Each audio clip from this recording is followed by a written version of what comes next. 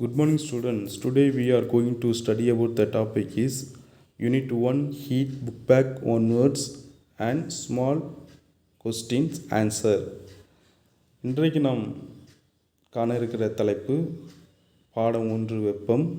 புத்தகத்தின் பின்புறம் உள்ள ஒரு மதிப்பெண் மற்றும் குறுகிய இடைவெளி என்ற வினாக்களுக்கு விடைகளையும் நாம் என்ன செய்யலாம், தெரிந்து கொள்ளலாம். முதலாவது கேள்வி, the first question, choose the appropriate answer. First question, when an object is heated, the molecules that make up the object, அதாவது ஒரு பொருளை வெப்பப்படுத்தும் பொழுது அதில் உள்ள மூலக்கூறுகள், option A begin to move faster, option B loss energy, option C become heavier, option D become lighter. Option A வேகமாக நகரத் தொடங்கும், ஆற்றலை இழக்கும், கடினமாக மாறும், லேசாக மாறும். The correct answer is begin to move faster, அதாவது வேகமாக நகரத் தொடங்கும். சரிங்களா? The question number 2, the unit of heat is, வெப்பத்தின் அலகு, option A Newton, option B joule, option C volt, option D Celsius. Option Newton, joule, volt, Celsius. The correct answer is joule. Question number 3, 1 liter of water at 30 degrees Celsius is mixed with 1 liter of water at 50 degrees Celsius. The temperature of the mixtures will be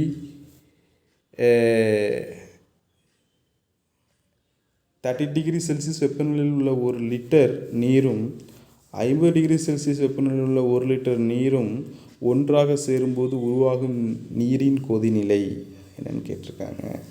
சரிங்களா? அப்போ 80 degree Celsius, more than 50 degree Celsius but less than 80 degree Celsius. C 20 degree Celsius around 40 degree Celsius. 80 degree Celsius 50 degree செல்சியஸுக்கு மேல் 80 degree செல்சியஸ்க்குள் 20 degree Celsius, ஏறக்குறைய 40 degree Celsius. The correct answer is around 40 degree Celsius. ஏறக்குறைய 40 degree Celsius என்பது சரியான விடை.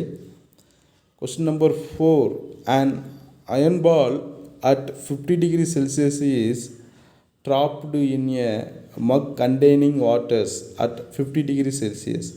The heat will 50 degree Celsius வெப்பநிலையில் உள்ள ஒரு இரும்பு குண்டினை 50 டிகிரி செல்சியஸ் வெப்பநிலையில் உள்ள ஒரு நீர் நிரம்பிய முகவியில் போடும் பொழுது வெப்பமானது flow from iron ball to water, not flow from iron ball to water, or from water to iron ball. Flow from water to iron ball, increasing the temperature of both. இரும்பு குண்டிலிருந்து நீருக்கு செல்லும் அல்லது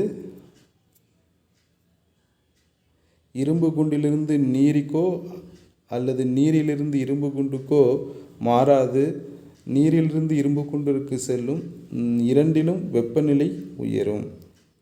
இந்த கரெக்டான சரியான விடை ஆ, இரும்பு குண்டிலிருந்து நீருக்கோ அல்லது நீரிலிருந்து இரும்பு குண்டுக்கோ என்ன செய்யாது, மாறாது. Does not flow to iron ball to water, so water to iron ball.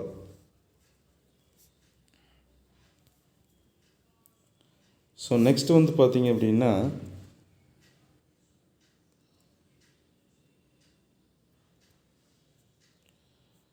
fill in the blanks. சரிங்களா? ஓகேங்களா? The first question, heat flows from the dash body to a dash body. Heat flow from the dash body to a dash body. அதாவது வெப்பம் ஒரு பொருளிலிருந்து மற்ற dash பொருளுக்கு பரவும். Higher to low. சரிங்களா? உயர் வெப்பநிலையில் உள்ள குறைந்த வெப்பநிலையில் உள்ள பொருட்களுக்கு என்ன செய்யும், மாறும். Next Question number 2. The hardness of the object is determined by its dash. பொருளின் சூடான நிலையானது டேஷ் கொண்டு கணக்கிடப்படுகிறது. The answer is thermometer. வெப்பநிலை.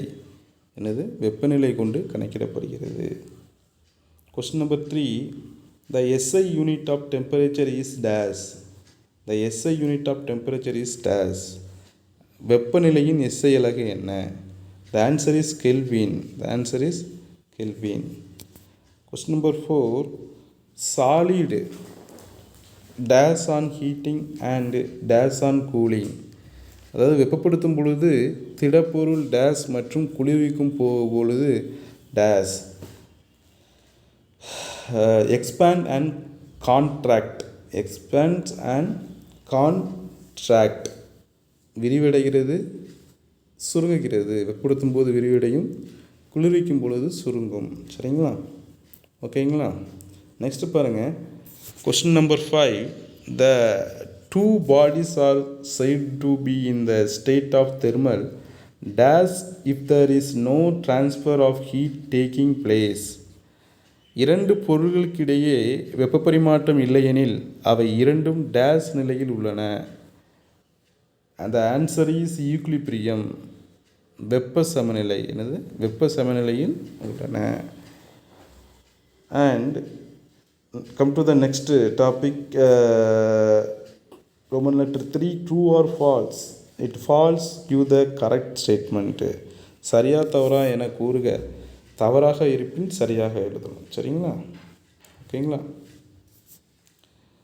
Heat is a kind of energy that flows from a hot body to a cold body.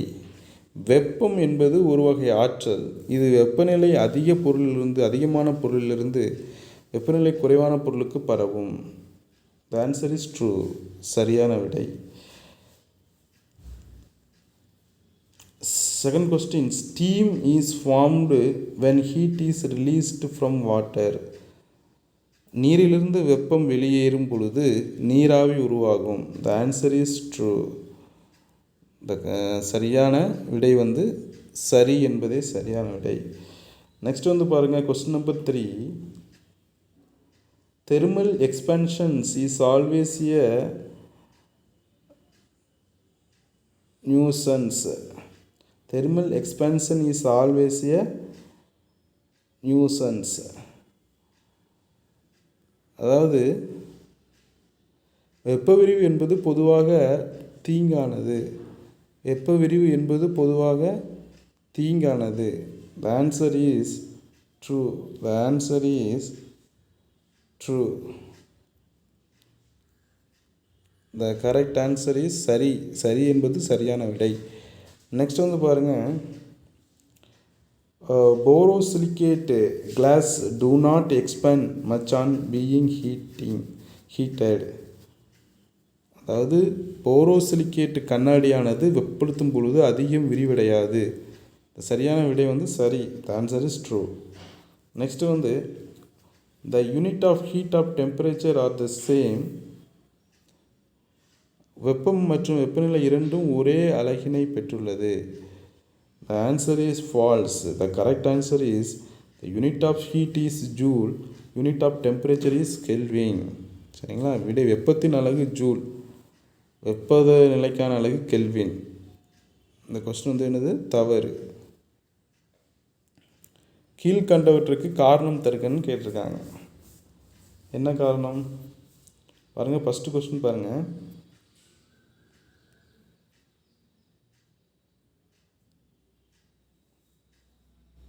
An ordinary glass bottle cracks when boiling water is poured into it, but a borosilicate glass bottle does not.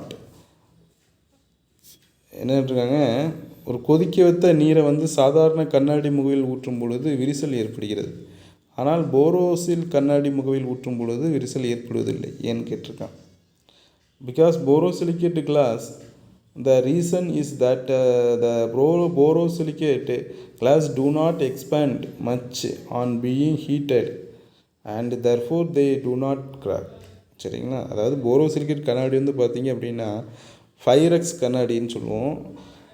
இந்த கண்ணாடி பொருளை வெப்பப்படுத்தும் போது மிக மிக குறைவாகவே என்ன செய்கிறது, விரிவடையும். சரிங்களா, அதிகமாக விரிவடையாது. ஹீட் பண்ணும்போது கொஞ்சமாக தான் விரிவடையும். ஸோ இவற்றில் விரிசல் என்ன செய்யாது, உண்டாகாது. Next question, the electric wire which sag in summer become straight in winter. விரிசல் என்னன்னு கேட்டிருக்காங்க. மின்கம்பங்களில் உள்ள மின்கம்பியானது கோடை காலங்களில் தொய்வாகவும் குளிர்காலங்களில் நேராகவும் இருக்கும். அதன் காரணம் என்ன அப்படின்னு கேட்டிருக்காங்க. During summer the wires heat up and expand in length, hence it sag down. During winter, the temperature drops and wire cool down. Due to decrease in temperature, it contracts in length and hence becomes straight. அதாவது இதுக்கான காரணம் என்னன்னு கேட்டிங்கன்னா, வெப்பம் அதிகமாக உள்ள போது உலோகங்கள் என்ன செய்யும், விரிவடையும். குளிர்காலங்களில் என்ன செய்யும், சுருங்கும். அதனால தான் வந்து மின்சார கம்பியை வந்து கொஞ்சம் தொய்வாகவே என்ன செஞ்சுருப்பாங்க, பொறுத்திருப்பாங்க. ஏன்னா எந்தெந்த காலகட்டங்களில் உலோகங்கள் விரிவடையும் சுருங்கும், எவ்வளோ விரிவடையும் எவ்வளோ சுருங்கும்னு தெரியாது.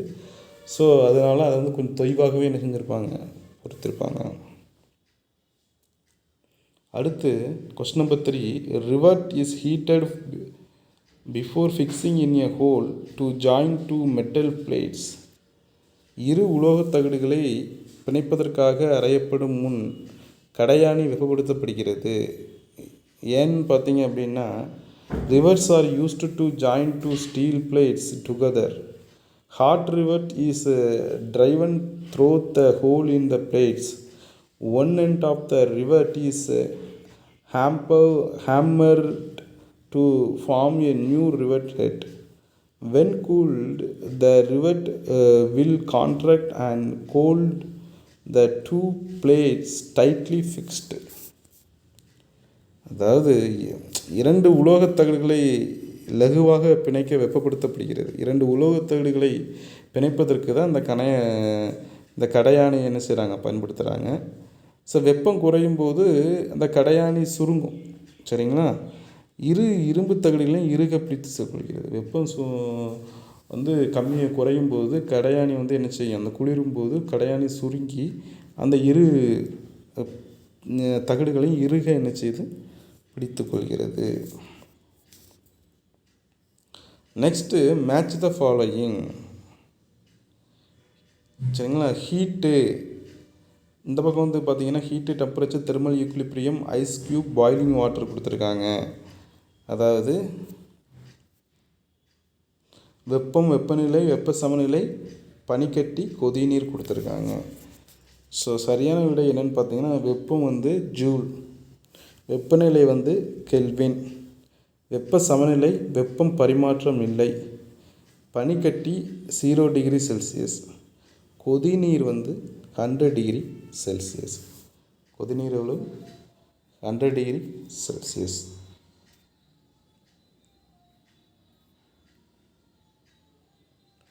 Heat joule, temperature kelvin, thermal equilibrium no heat flow, ice cube 0 degree Celsius, boiling water 100 degree Celsius.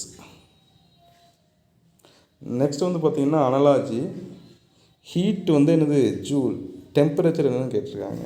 Temperature வந்து என்னது, கெல்வின், வெப்பம் வந்து ஜூல், டெம்பரேச்சர் வந்து கெல்வின் என்ற அலகால் என்ன செய்கிறது, அளக்கப்படுகிறது.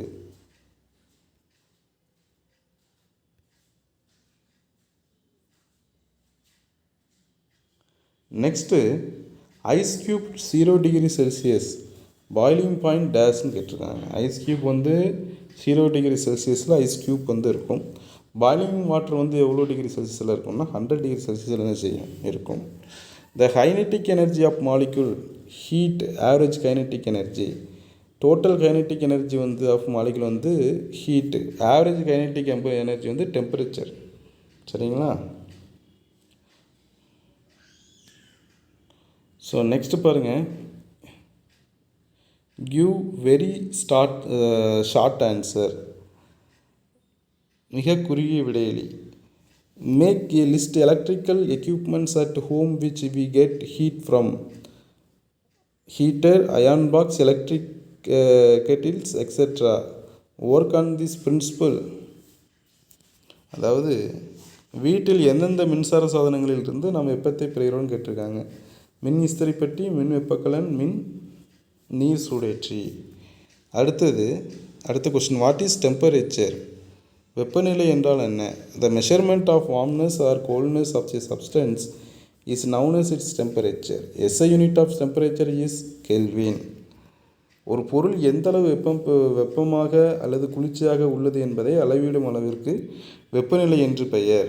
இதனுடைய அலகு பார்த்திங்கன்னா இது கெல்வின். சரிங்களா? SI அலகு வந்து kelvin. What is thermal expansion? The expansion is a substance on heating is call the thermal expansion of that substance.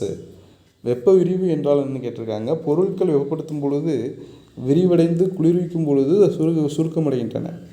ஒரு பொருளை வெப்பப்படுத்தும் பொழுது அது விரிவடைவதை அப்பொருளின் வெப்ப விரிவடைதல் என்கிறோம். Next question number 4. What do you understand by thermal equilibrium? The answer is two object are said to be in thermal contact if they can exchange heat energy. Thermal equilibrium exists when two objects in thermal contact no longer affect each other temperature. அதாவது ஒரு பொருள் மற்றொரு பொருளின் வெப்பநிலையை பாதிக்குமானால் அவை இரண்டும் வெப்ப தொடர்பில் உள்ளன எனலாம். சரிங்களா? ஒரு பொருள் மற்றொரு பொருளின் வெப்பநிலையை பாதிக்குமானால் அவை இரண்டும் வெப்ப தொடர்பில் உள்ளன.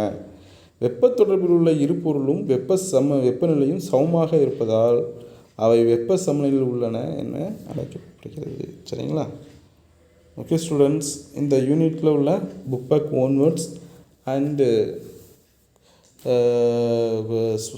வெரி ஷார்ட் ஆன்சர் நம்ம பார்த்தோம்.